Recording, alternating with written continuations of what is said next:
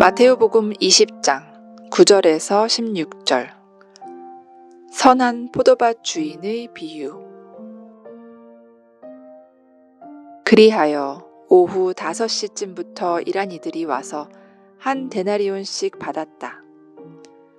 그래서 맨 먼저 온 이들은 차례가 되자 자기들은 더 받으려니 생각하였는데 그들도 한 데나리온씩만 받았다. 그것을 받아들고 그들은 밭 임자에게 투덜거리면서 맨 나중에 온 저자들은 1시간만 일했는데도 뙤약볕 아래에서 온종일 고생한 우리와 똑같이 대우하시는군요 하고 말하였다. 그러자 그는 그들 가운데 한 사람에게 말하였다. 친구여, 내가 당신에게 불의를 저지르는 것이 아니오. 당신은 나와 한 데나리온으로 합의하지 않았소. 당신 품삯이나 받아서 돌아가시오. 나는 맨 나중에 온 이 사람에게도 당신에게서처럼 품삯을 주고 싶소. 내 것을 가지고 내가 하고 싶은 대로 할 수 없다는 말이오? 아니면 내가 후하다고 해서 시기하는 것이오. 이처럼 꼴찌가 첫째 되고 첫찌가 꼴찌 될 것이다.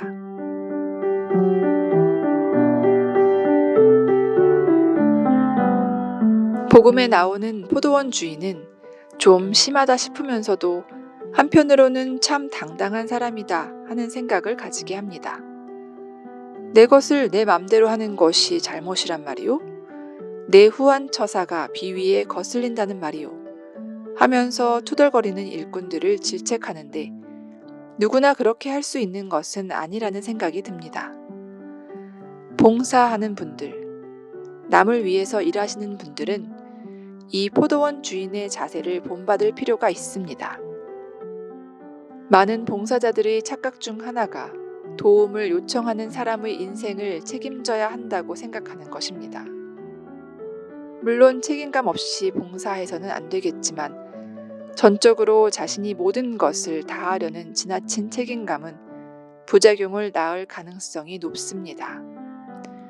누가 어려움을 호소하면 어쩔 줄 몰라 하며 자신이 나서서 모든 일을 다 책임져 주려고 하는 봉사자들의 경우 사람이 좋다는 소리를 들을지는 몰라도 실제로는 도움을 청하는 사람에게 해를 끼치는 면이 있다는 것을 간과해서는 안 되겠지요. 어떤 해를 끼치는가? 도움을 청하는 사람을 의존과 미성숙의 단계에 머물게 합니다. 도와주려는 사람이 지나치게 모든 것을 다 해주려 할 때 도움을 청하는 사람은 스스로 책임지는 것을 회피하려고 하는데 이런 책임 전가는 스스로 자기 인생을 짊어지려는 책임감을 갖지 못하게 방해하는 부작용을 낳게 됩니다. 도움을 주는 사람이 해야 할 가장 중요한 일은 도움을 청하는 사람이 스스로 결정 내리고 그 결정에 대한 책임을 지도록 도와주며 자율의식을 증가시켜주는 것입니다. 그런데 왜 도움을 주는 사람들이 이런 긍정적인 역할을 하지 못하고 자기가 모든 것을 다 책임지려고 하는 행위를 하는가?